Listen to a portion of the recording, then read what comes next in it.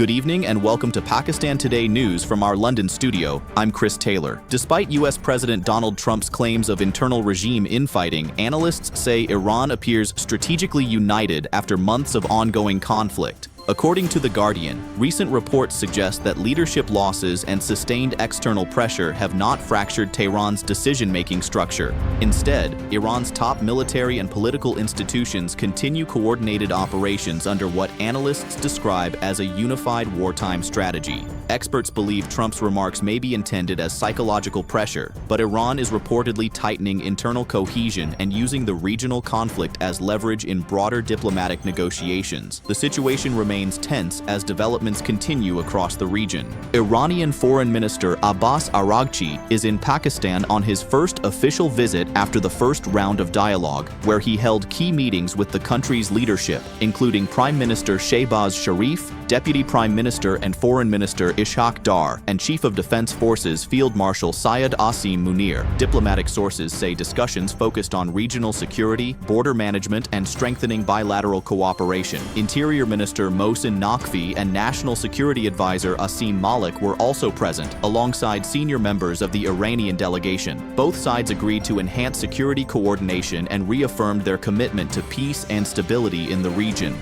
For more on this, we go to our Islamabad correspondent, Sarah William. Officials here describe the visit as highly significant for regional diplomacy. Talks centered not only on border security and counterterrorism coordination, but also on broader efforts to prevent further escalation across the region.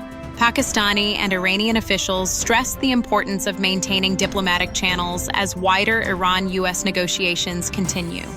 There is also strong emphasis on practical cooperation, particularly in security management and economic engagement between the two neighbors. Thank you, Sarah William in Islamabad. Turkish Foreign Minister Hakan Fidan has also expressed hope for progress in the next round of Iran-US talks, which are set to be held in Pakistan. Speaking on the issue, Fidan said Turkey is encouraging dialogue and believes key obstacles in the nuclear negotiations could be resolved soon. He noted that one or two major issues are close to being settled, adding that extending the ceasefire is positive but not enough for a final agreement. Fidan also linked the Strait of Hormuz situation to the talks, saying successful negotiations could help restore normal maritime traffic. He added that Turkey remains in contact with all parties and will maintain neutrality in any new conflict. Meanwhile, U.S. President Donald Trump says Iran wants talks, but it remains to be seen whether a deal can be reached and what kind of offer Tehran will present. Speaking to a British news agency, Trump said Washington is negotiating directly with decision-makers in Iran and that Tehran wants to make an offer aligned with U.S. demands.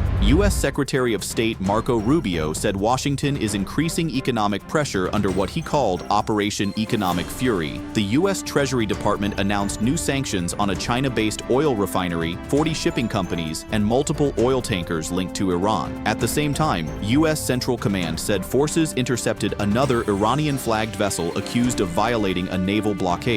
Egypt and Pakistan have also expressed hope that Iran-US talks will help cement the ceasefire and reduce regional escalation. According to Egypt's Foreign Ministry, Foreign Minister Badr Abdelhadi discussed the diplomatic track during a call with Pakistan's Deputy Prime Minister and Foreign Minister Ishaq Dar. Both sides said a second round of negotiations could help achieve understandings that support a stable ceasefire, lower tensions, and move toward ending the conflict. Abdelhadi also stressed the need to ensure freedom of international navigation and address the security concerns of regional states, particularly in the Arabian Gulf. In Europe, British Prime Minister Keir Starmer says legislation will be introduced within weeks to designate Iran's Islamic Revolutionary Guard Corps as a terrorist organization. According to the Financial Times, the move would meet long-standing demands from Jewish groups and opponents of Iran's leadership. If approved, it would mark the first time the United Kingdom labels the armed forces of a sovereign state as a terrorist entity. The report also noted that the European Union had already agreed in February to classify the IRGC as a terrorist organization. Meanwhile, German Chancellor Friedrich Merz says the EU is prepared to ease sanctions on Iran if a diplomatic agreement is reached. Russia's Foreign Minister Sergei Lavrov has strongly criticized the United States, accusing Washington of military interventions driven by oil interests. Lavrov said U.S. actions in countries such as Iran and Venezuela are linked to attempts to control energy resources and influence global energy markets. He alleged that the United States uses coups, abductions, and assassinations to protect its strategic interests, weakening international law in the process. Lavrov also held a phone call with UAE Foreign Minister Sheikh Abdullah bin Zayed Al Nahyan, where both sides stressed the need for immediate negotiations and renewed diplomacy for regional peace and stability. And finally, chairman of the Pakistan Cricket Board Mohsin Naqvi says Prime Minister Shehbaz Sharif has allowed cricket fans to attend the final of the Pakistan Super League's 11th edition in the stadium. In a social media statement, Naqvi said he had requested permission from the Prime Minister, who supported allowing spectators for the major sporting event. However, precautionary measures are still being emphasized due to the government's ongoing austerity campaign. The approval followed a request by franchise owners, and Naqvi thanked the Prime Minister for the decision. Officials say the austerity drive remains linked to regional tensions and concerns over a possible oil crisis. That's all for now. You're watching Pakistan Today News. I'm Chris Taylor.